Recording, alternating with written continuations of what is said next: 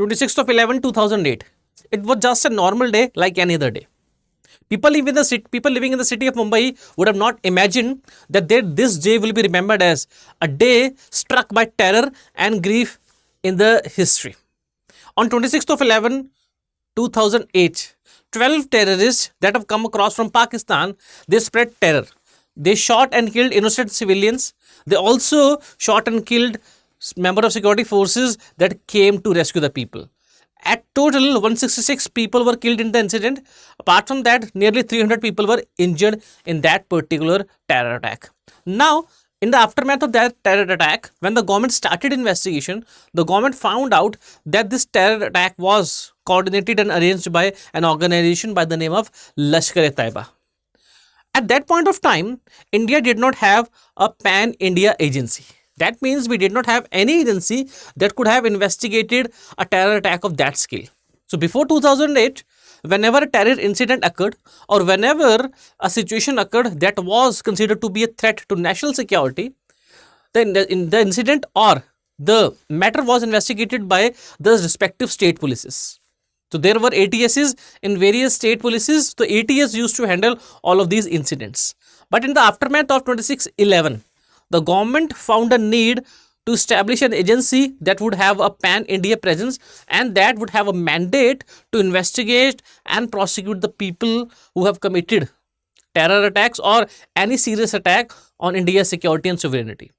And the parliament passed NIA Act. So NIA stands by the name of National Investigation Agency. So after the passing of NIA Act 2008, National Investigation Agency came into existence. It was given a mandate. It was given a specific mandate.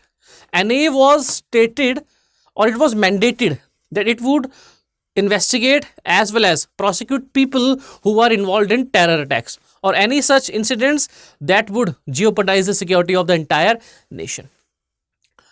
I would like to remind you that Mumbai attack, it was not the only terror attack that India has faced after independence. Even before the Mumbai 26/11 attack, we had multiple attacks. For example, 2001 Parliament attack. For example, 2002 Akshardham temple attack in Gujarat.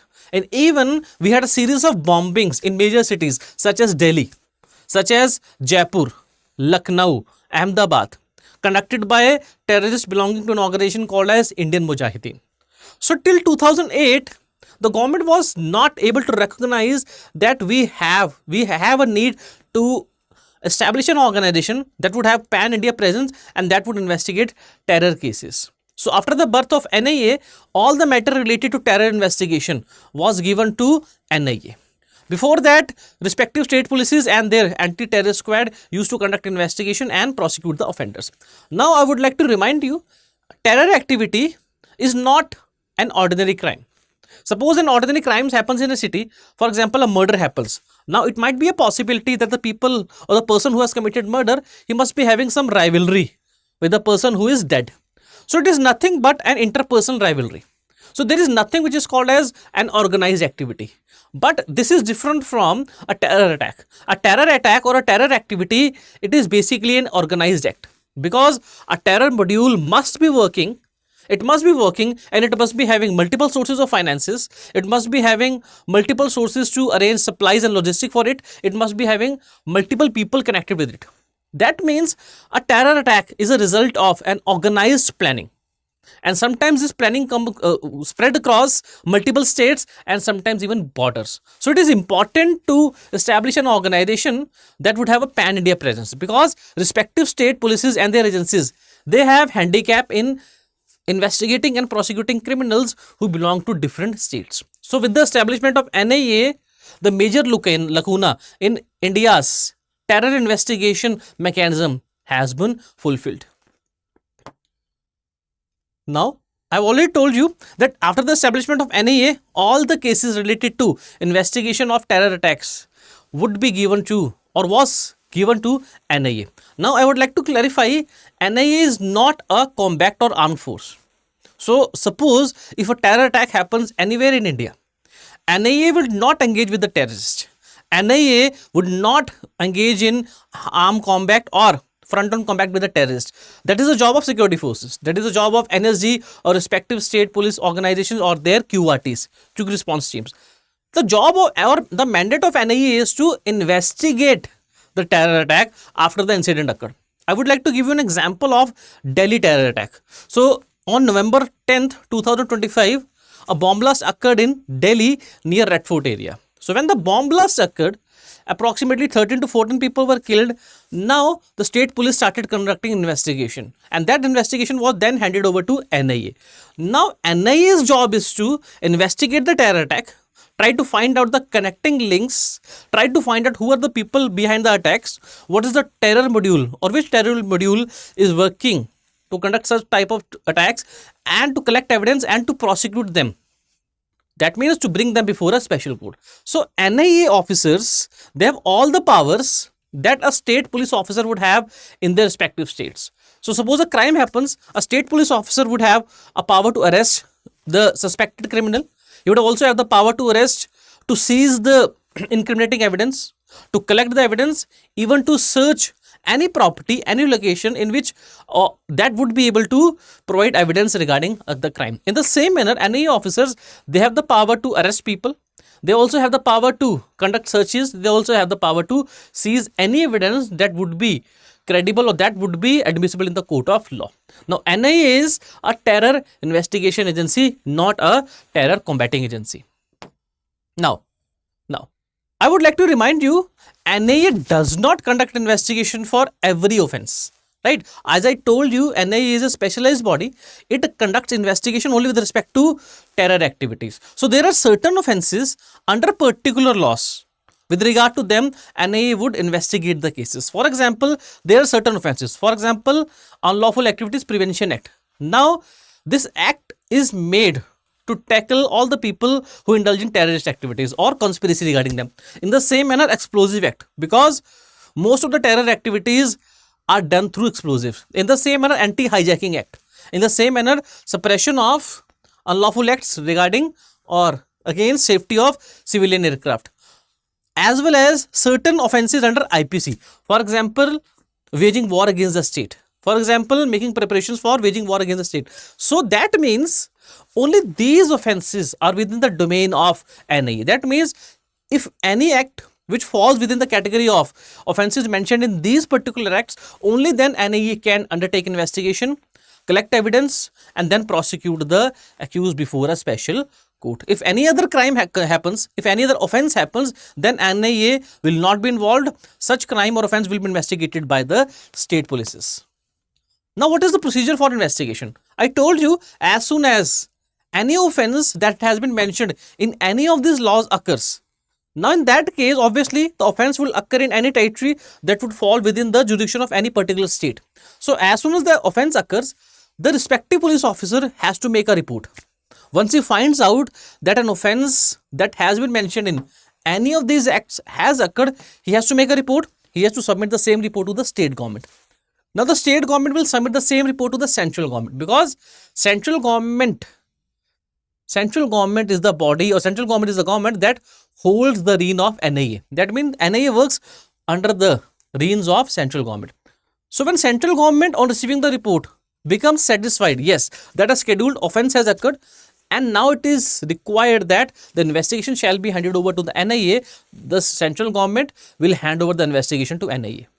And from there onwards, the state police will not be involved in the particular investigation. Yes, the state police will be able to, or if it is able to help, or if it is able to assist NIA, then obviously they are welcome. But now all the power and authority regarding investigation would be given to NIA, and all the relevant documents will also be handed over to NIA.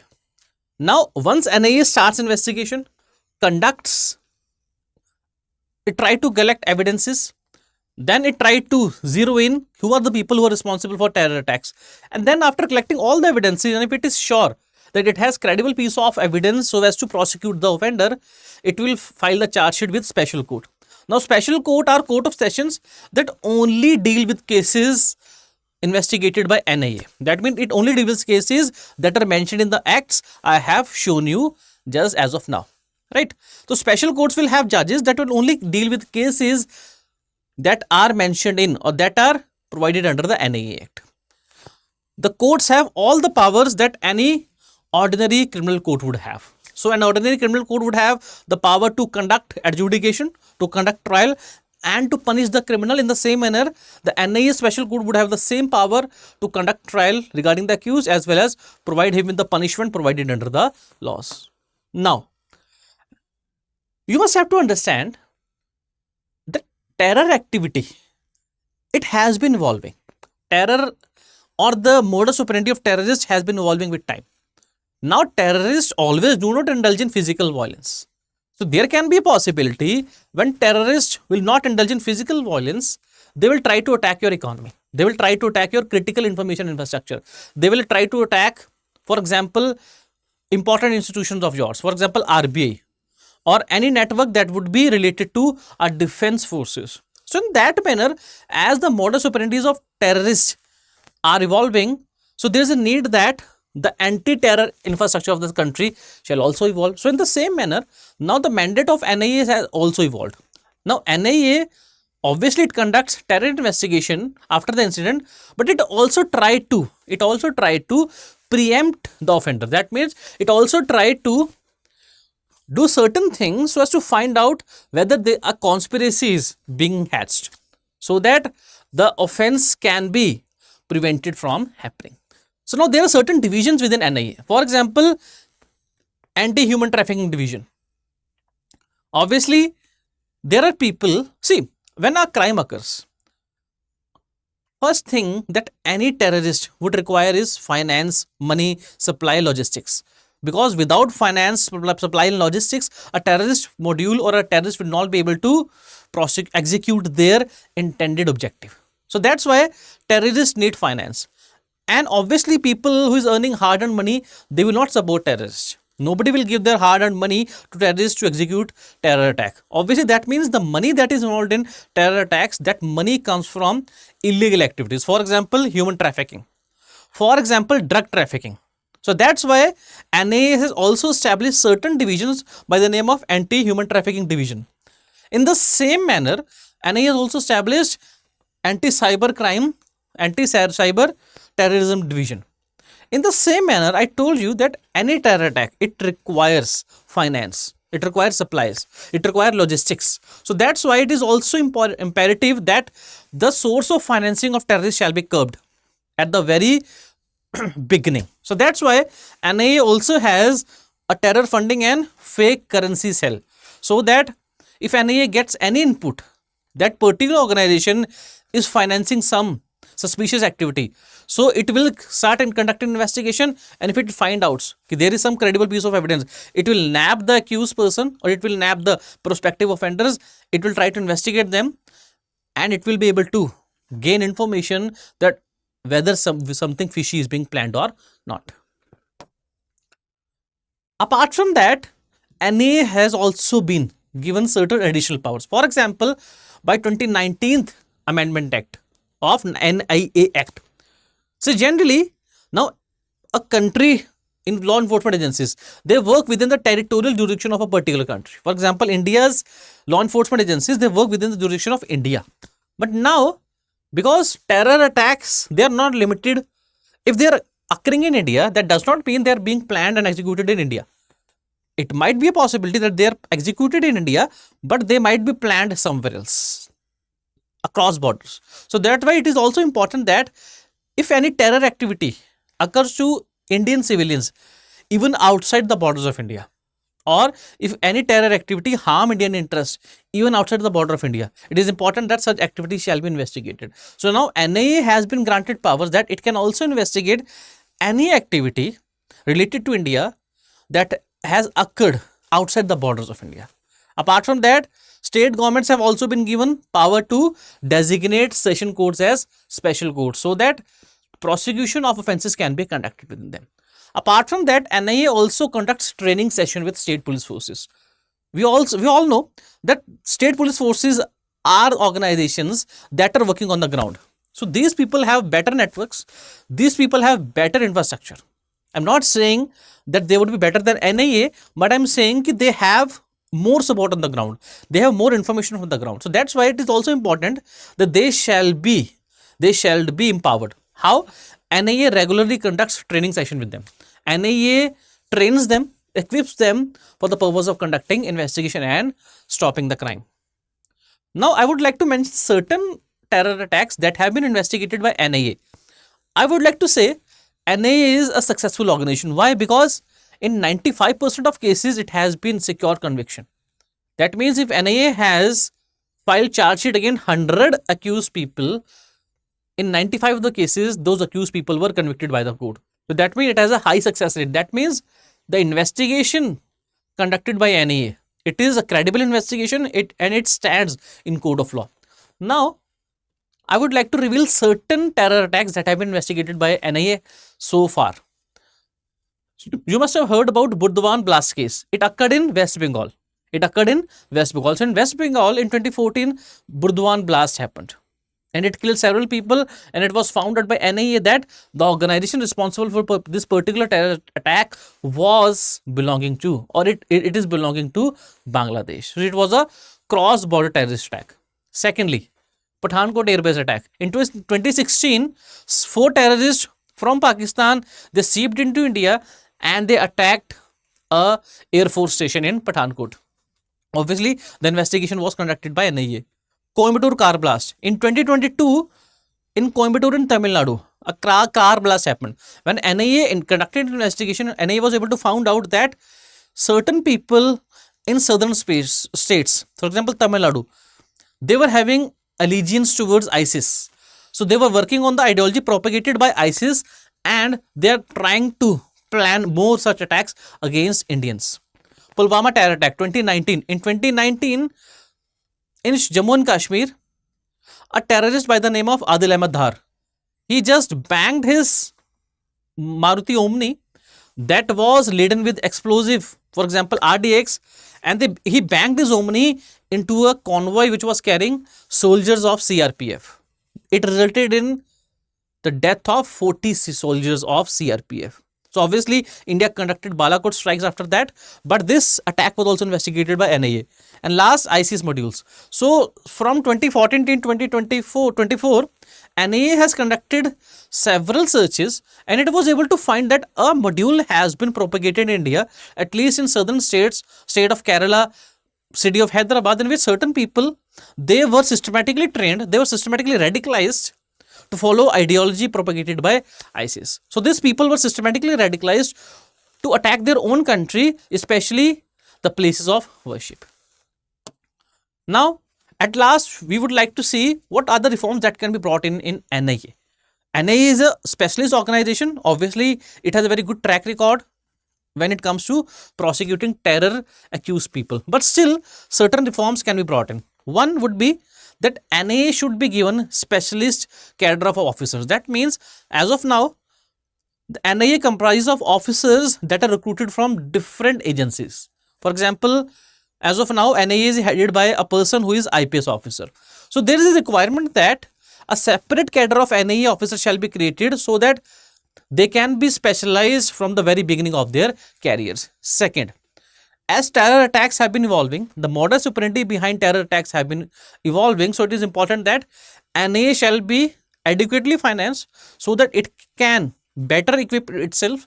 It can also gain more insights and more expertise in forensic analysis, because after commission of a terror attack, it is important that investigation shall be conducted properly. For example, in case of Delhi terror attack, so this blast happened.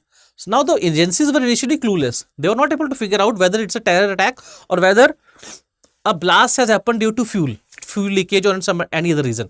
So now in that case, when NIA or the state police, when the police of Delhi conducted forensic investigation, it was able to find out that certain chemical, for example, ammonium nitrate, was used in that particular terror attack.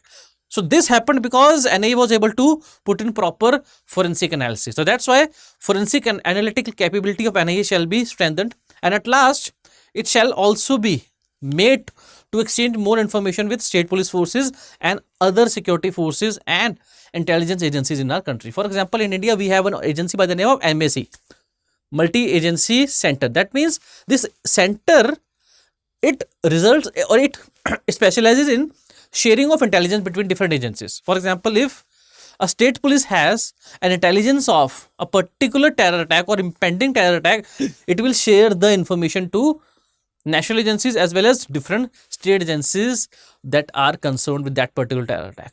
So this intelligence sharing shall be strengthened, this framework shall be strengthened. Now, so as of now, we have read the reason for establishment of NIA, mandate of NIA, the work done by NIA, and at last we have seen what are the reforms that can be brought in to strengthen the anti-terror investigation infrastructure in this country. So that's all for today. Thank you. We'll meet in next video. We'll discuss some important topic relevant to your syllabus. So, Jai Hind, goodbye.